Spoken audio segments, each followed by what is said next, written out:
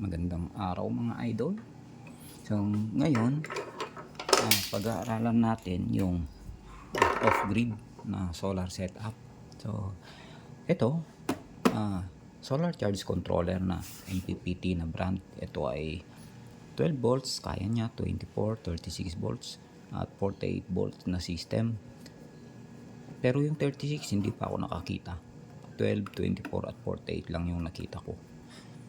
Pagka gumamit kayo ng ganito, siyempre yung capacity, halimbawa 48 volts yung gagawin yung system na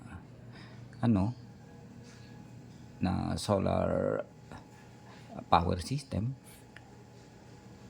kailangan yung mag-parallel, kailangan yung mag-series.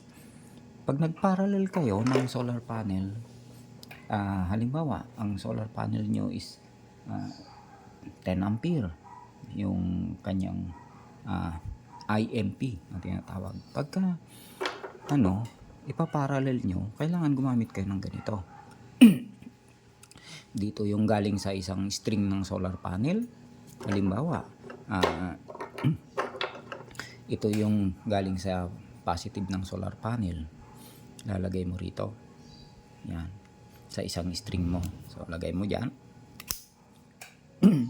Tapos, meron ka ulit another string ng solar panel. Yan. So, ilagay mo rin dito yung positive niya. Yan. Tapos, dun sa kabila, meron din negative syempre. Yan. So, pag sa negative, ilalagay mo rin yung negative ng solar panel mo. Yan, ganyan. Tapos dito sa kabila, ganun din.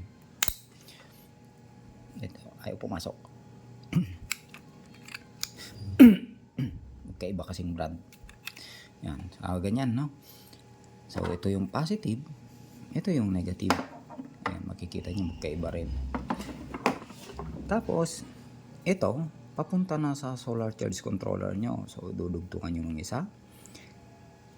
Mataas ang current capacity nito. So, yan, dudugtong ito.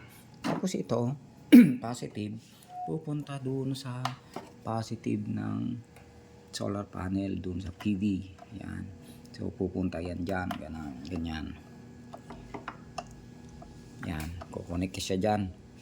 Tapos, yung isa naman, ito yung negative niya, dudugtungan nyo rin yan, papunta naman dito sa negative ng PV. So, parang ganito. So, ayan. Teka, alisin natin yung ito. Alisin muna natin yan. Tulo tayo. Alisin muna natin yan. Kung ito yung solar panel mo, meron kang tatlo na solar panel. Tapos dito naman sa another string ay solar panel. String kasi ang tawag doon sa isang circuit na pinagdugtong-lugtong na in series ay string. Ito lang yung positive ng solar panel nyo. Pagdudugtungin nyo yan gamit yung MC4 tsaka PB wire. Yan. Tapos yan, dudugtungin mo. Tapos ito yung positive, papunta doon sa ganito. Yan. So, ganun na lang natin. Para makatotohanan. Yan, ganyan na lang ito. Yan.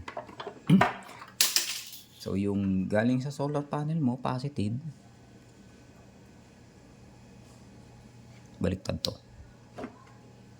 Tsaka ibaba natin. So, ganyan. Dito sa kabila, syempre meron din ganon. Itim na nga lang gamitin ko. Yan. Para kapareho nito.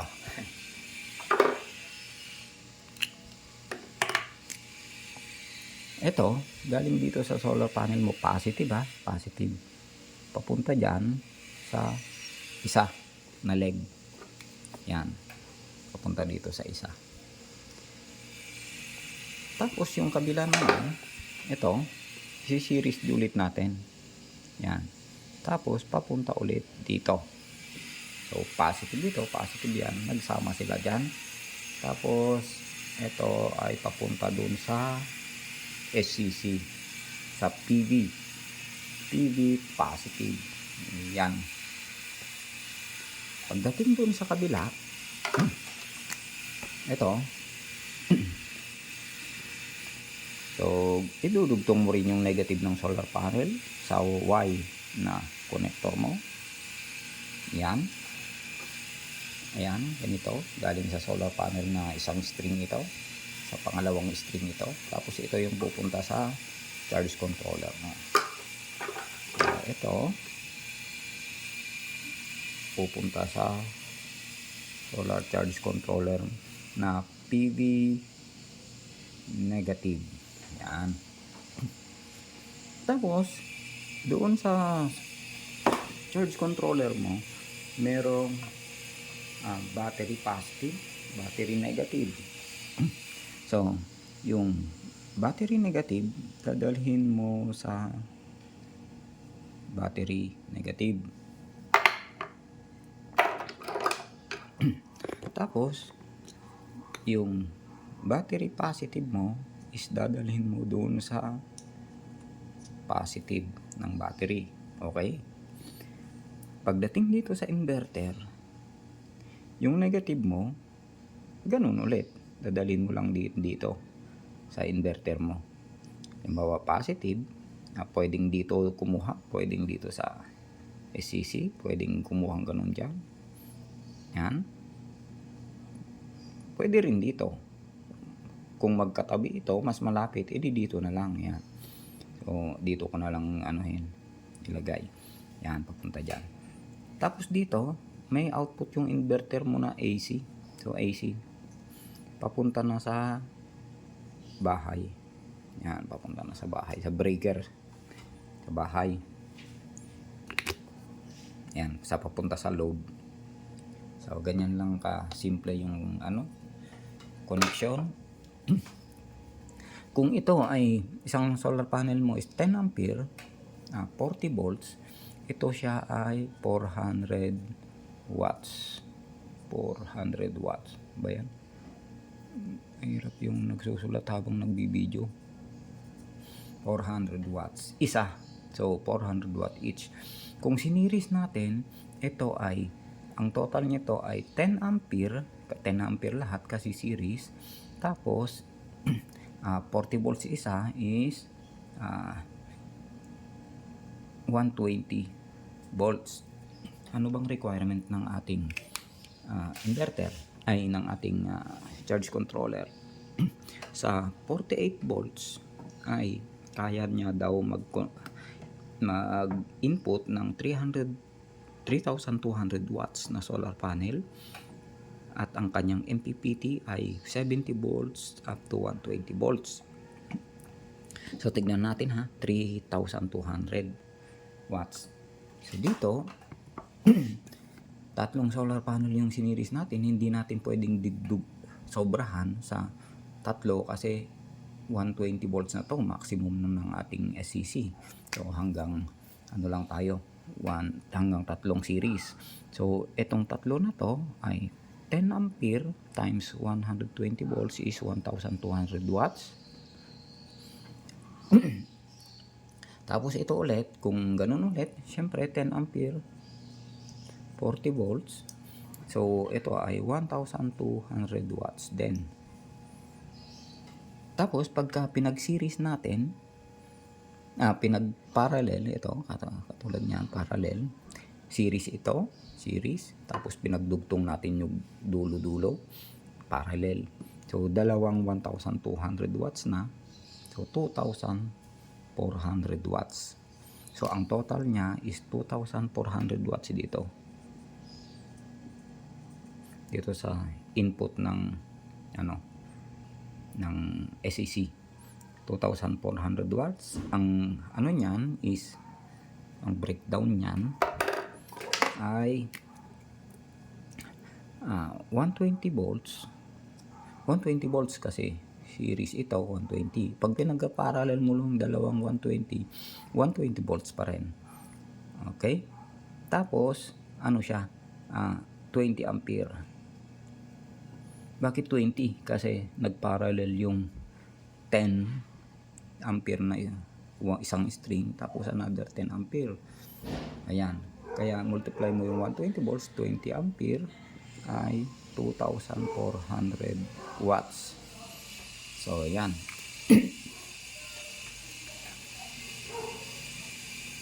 So yan, medyo magulo na. Basta guys, huwag nyong i-exceed yung mga nandito na parameters, no? Itong ano na to, battery voltage ay pwede naman siyang sumobra, depende sa klase, ano? Kung lithium ion ba yan, LiPo4 or lead acid, yan. Kung lead acid kasi ganyan ang ano niya, pero pagka LiPo4 is 51.2 volts, parang gano'n.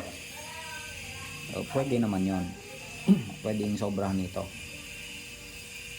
Kasi pagka lead acid, hindi ganyan. Parang ito yung kanyang base voltage. Okay lang yon, system niya.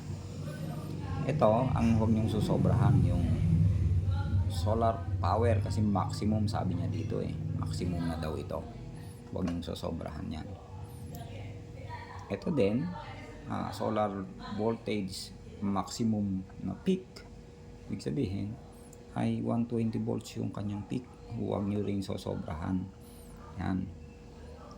Yung VOC, ang ibig sabihin nito is open circuit voltage. Inuunang binabasa yung gitna, open circuit voltage, yung VOC. So 150 volts pagka hindi nakakonect dito sa solar charge controller nyo, yung series na ito, pag sinukat mo dito tsaka dito, ang mariread mo dapat kung hindi nakakonect dito, yan, kung open dito tsaka dito, pag sinukat mo ng inyong multimeter, ng voltmeter, ang masusukat mo dapat ay hindi sosobra sa 150 volts, kaya open circuit voltage. So yun guys, pagka sa mga off-grid, huwag nyong kalimutan yung mga ganito, yung matataas ang rating. Pati yung mga MC4, pati yung mga MC4 na ganito, merong mga rating ito. So merong pang 50 ampere, meron ding pang mas mababang ampere. So pagka nagganito kayo, okay lang na yung galing sa solar panel nyo, ito is yung ordinary, yung mga rated 15 ampere, 10 ampere. Pero pagdating dito, kasi nag-combine na sila pagdating dito, gamit kayo ng mataas na current carrying capacity na MC4, katulad ng Slokable. Hindi naman sponsored, pero yun yung nakita mo mataas yung current carrying capacity na MC4. 50 ampere yun guys, yung ganito. So Slokable, kasi yung loob niya is siya, talagang makapal yung ganito, yung nasa loob. Hindi katulad nito na manipis, yun solid yun, buo. Hindi ganito na parang tube. Pag ganito, okay lang na galing sa solar panel papunta dito, tsaka dito. Pagdating dito, gagamit kayo ng yung solid na ganito, walang butas. Yan. Tapos paglagay dito, hindi nyo kailangan buksan to kasi mawawala yung mga parts dyan. Luwagan nyo lang, tapos salpak nyo ng loob. Ito kasi ayan, natapos na kasi ganyan. So ito, ganyan. Okay na. Ay, saan ba galing to? Ito. So yan, ganyan. Yan, basta huwag niyong kakalimutan guys, para iwas sunog ng inyong solar setup.